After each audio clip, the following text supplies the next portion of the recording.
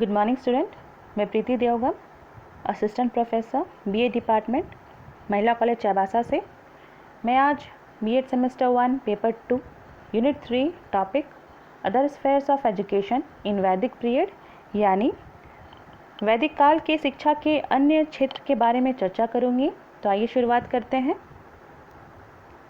Women's education यानी स्त्री शिक्षा।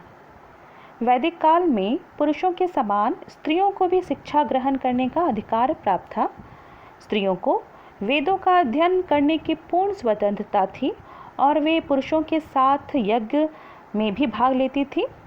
प्राचीन काल में अनेक विदुषी स्त्रियां थीं, जैसे घोषा, गार्गी, मैत्रेयी, अपाला, विश्ववरा, शकुंतला और अनुसुईया। बालिकाओं को धर्म और साहित्य के अतिरिक्त नृत्य, संगीत, काव्य रचना, वाद विवाद आदि की भी शिक्षा दी जाती थी। उनको शिक्षा अधिकतर अपने परिवारों में अपने माता पिता, भाई बहन या फिर कुल पुरोहित के द्वारा दी जाती थी। यद्यपि बालिकाओं के लिए अलग विद्यालयों की व्यवस्था नहीं थी, फिर भी सहशिक्षा का कुछ सीमा तक प्रचलन था।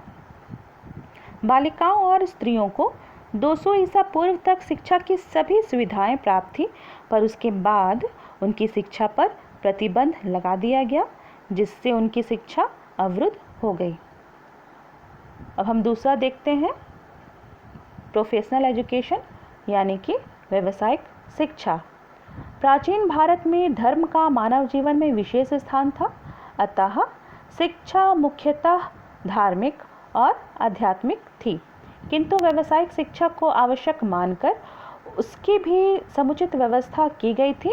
और इस संदर्भ में हम पाते हैं कि वैदिक काल में 3 तरह की व्यावसायिक शिक्षा की व्यवस्था थी, जैसे पहला मिलिट्री एजुकेशन यानी कि सैनिक शिक्षा, दूसरा मेडिकल एजुकेशन यानी कि चिकित्सा शास्त्र की शिक्षा, और तीसरा कॉमर्शियल एजुकेशन यानी वाणिज्य शिक्षा।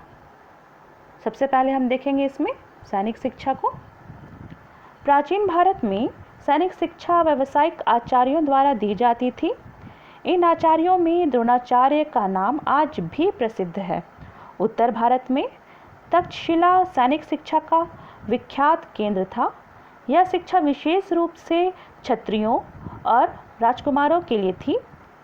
सैनिक शिक्षा आरंभ करने से पूर्व शिक्षार्थी के लिए उपनयन संस्कार आवश्यक था। उसके पश्चात ही उसे युद्ध कला का ज्ञान प्रदान किया जाता था और उस समय के प्रमुख अस्त्र शस्त्रों के प्रयोग का भी प्रशिक्षण दिया जाता था। दूसरा व्यावसायिक शिक्षा है चिकित्सा शास्त्र की शिक्षा यानी कि मेडिकल एजुकेशन। प्राचीन काल में चिकित्सा शास्त्र की शिक्षा व्यक्तिगत शिक्षकों द्वारा दी जाती थी, जो अपने विषय में विशेषज्ञ होते थे। इन शिक्षकों में अश्विनी कुमारों के नाम अपनी विलक्षण प्रतिभा के लिए आज भी प्रसिद्ध है। चिकित्सा शास्त्र की शिक्षा आरंभ करने से पूर्व उपनयन संस्कार होता था। इस संस्कार के लिए उसी छात्र को योग्य समझा जाता था जो पूर्णतया स्वस्थ होता था, और चिकित्सा शास्त्र के अध्ययन की अवधि लगभग 8 वर्ष की थी। और इसमें अंतिम व्यावसायिक शिक्षा है वैदिक काल की, जो है वाणिज्य शिक्षा यानी कि कॉमर्शियल एजुकेशन। यह शिक्षा वैश्यों के लिए थी।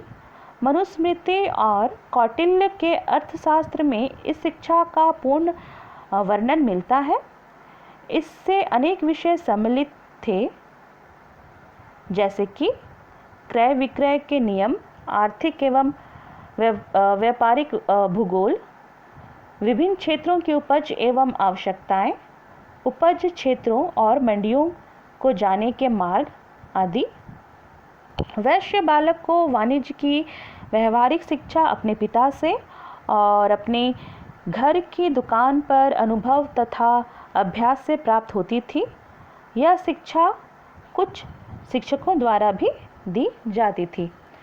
तो इस तरह हम देखते हैं कि वैदिक काल में शिक्षा के अन्य क्षेत्र में स्त्री शिक्षा और व्यावसायिक शिक्षा की भी व्यवस्था थी।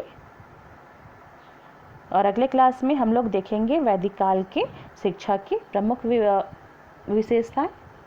तब तक के लिए stay home, stay safe. Thank you.